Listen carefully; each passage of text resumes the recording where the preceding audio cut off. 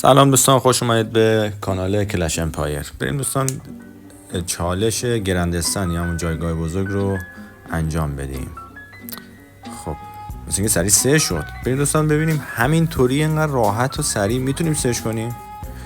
اول از همه واردن رو بذار روی زمین، اون جایگاه یونیکورن رو بزن. بیا این برای هیچی دیگر نمیخواد بزنی، فقط این دوتا منبع گلد رو بزن.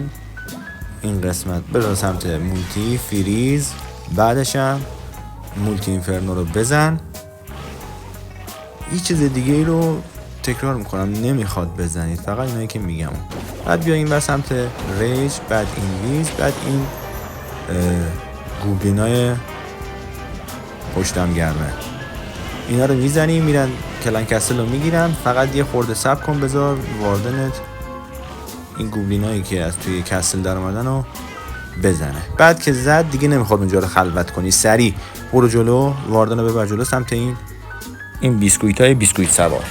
بعدش این آرپریزن رو فعال کن، میری جلو، معجون اسکلتون رو میزنی. اینجا ببینید اینفرنو سینگل روت لاک میکنه، قفل میکنه. یه خورده بیا عقب که ازت برداشته بشه. بعد مونولیز، دوباره سینگل اینفرنو، بیا جلوتر.